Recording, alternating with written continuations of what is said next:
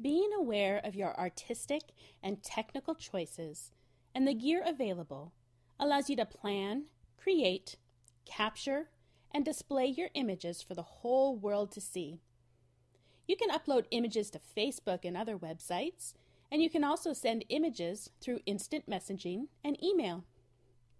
New methods for file sharing are always being introduced, allowing us to share our images with friends or with the entire world. With advanced image processing software like Photoshop or internet-based options like Picasa, we have greater control over our work. This helps ensure that the finished image looks like what you saw in your mind's eye. For this course, you will be required to have a camera that gives you manual controls of settings, such as aperture and shutter speed. An automatic-only camera or a camera phone will not appropriately meet the needs in this class. There are many different options out there for cameras in all different types of price ranges. I personally use what is called a digital SLR. We will be covering more on camera types in Lecture 7.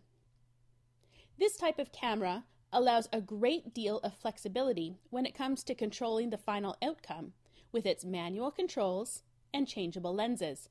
However, SLRs can be expensive and not necessarily affordable for everyone.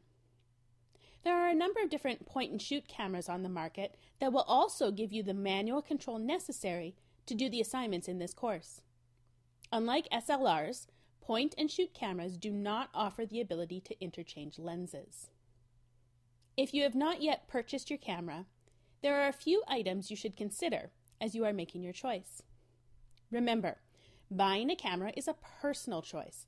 With the options that are available today, there is no one specific camera that I could point you to and say, this is the best one for you. It depends very much on your own skills and how you plan to use it.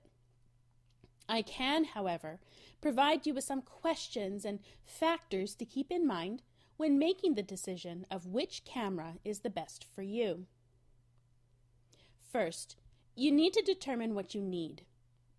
A mistake that I often see camera buyers making is that they get sucked into buying cameras that are beyond what they really need. So, before you go shopping, ask yourself a couple of questions. What do you need the camera for? What type of photography will you be doing? Will you be doing portraits, landscapes? Would you be doing macro photography or sport photography? What conditions will you largely be photographing in? Will you be indoors, outdoors, have low light situations, or lots of bright light? Will you largely stay in auto mode, or do you want to learn the art of photography? Now, since you signed up for this course, I'm going to assume that you want to learn the art of photography, and so you will be needing a camera that allows manual mode. What experience level do you have with cameras? What type of features are you looking for? Do you need a long zoom? Do you need image stabilization or even a large LCD display? How important is size and portability to you? And last but not least, what is your budget? Ask yourself these questions before you go to buy a camera, and you'll be in much better position to make a decision when you see what is actually available. You'll actually probably find that the salesperson will ask you these types of questions anyway. So having thought about it beforehand will really help them to direct you to the right camera for you. Secondly, keep in mind that megapixels are not everything. One of the features that you'll see used to sell digital cameras is how many megapixels a digital camera has. When I first got into digital photography a number of years back, the megapixel rating of a camera was actually quite important, as most cameras were at the lower end of today's modern-day range, and even a 1 megapixel increase was quite significant. These days, with most new cameras coming out with at least 5 megapixels, it isn't so crucial. In fact, at the upper end of the range, it can actually be a disadvantage to have images that are so large that they take up enormous amounts of space on memory cards and computers. One of the main questions to ask when it comes to megapixels is, will you be printing shots? If so, how large will you be going with them? If you're only printing images at a normal size, then anything over 4 or so megapixels will be just fine. If you're going to start blowing your images up, you might want to pay the extra money for something at the upper end of what's available today. Third, you want to keep in mind the extras. Keep in mind as you look at cameras that the price quoted may not be the final outlay that you need to make, as there are a variety of other extras that you might want or need to fork out the money for. They could include anything from camera cases, memory cards, to spare batteries or lenses if you're going to be getting a DSLR.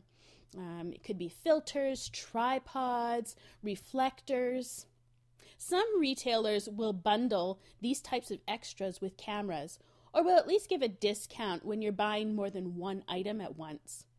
Keep in mind, though, that what they offer in bundles might not meet your needs.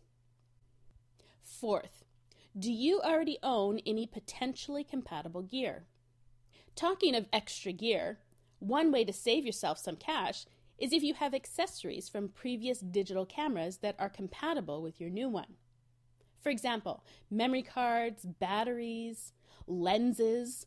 These are all different things that if you already own some from a previous camera, you'll want to check and see if they are compatible with the new one you're looking at purchasing. Fifth, DSLR or point and shoot. While digital SLRs are getting more affordable, they're not for everyone. Keep in mind that they are usually bigger, which means they're heavier as well. They can be harder to keep clean, especially if you're changing lenses, and can be more complicated to operate than a point and shoot. Sixth, optical zooms. Not all zooms are created equal. When you're looking at different models of digital cameras, you'll often hear their zooms talked about in two ways. Firstly, there's the optical zoom, and then there's the digital zoom. I would highly recommend that you only take into consideration the optical zoom when making a decision about which camera to buy. Digital zooms simply enlarge the pixels in your shot, which does make your subject look bigger, but it also makes it look more pixelated and your picture noisier. So kind of like when you go up close to your TV. If you're looking for a zoom lens, make sure it's an optical zoom. Most modern cameras have them of at least 3 times in length, so they'll make your subject 3 times as big, with an increasing array of super zooms coming onto the market at up to 12 times optical zoom. Seventh, read reviews. Before buying a digital camera, take the time to do a little research. Don't just rely on the advice of the helpful salesperson, who may or may not know anything about cameras, and who may or may not have sales incentives for the camera they're recommending. Read some reviews in digital camera magazines or online to help you narrow down the field. There are some great websites around that give expert and user reviews on virtually every camera on the market. Eighth, hands-on experience. Once you've narrowed down your search to a handful of cameras, head into your local digital camera shop and ask to see and play with them. There's nothing like having the camera in your hands to work out whether it suits your needs. When I shop for a camera, I generally use the web to find reviews. Then, I head into a street in my city with 4 camera shops side by side, and I go from shop to shop asking for recommendations and seeing the cameras live in the flesh. In doing this, I generally find the same camera or 2 are recommended in most shops, and I get to see them demonstrated by different people, and this helps to give a more well-rounded demonstration. I also get to play with it and get a feel for which one I could see myself using. Finally, negotiate. After you've selected the right digital camera for you, it's time to find the best price. Once again, I generally start online, and I do some research to find the most competitive prices on the models that I'm interested in. With these in hand, I'm in a good position to be able to negotiate in person with local stores and even online stores. I generally find that retail stores will negotiate on price and will often throw in some type of freebie. Online stores are more difficult, Most bigger ones don't give you the ability to negotiate, but smaller ones often will if you email them. Don't forget to ask for free or discounted bonuses, including camera cases, memory cards, extra batteries, those types of things.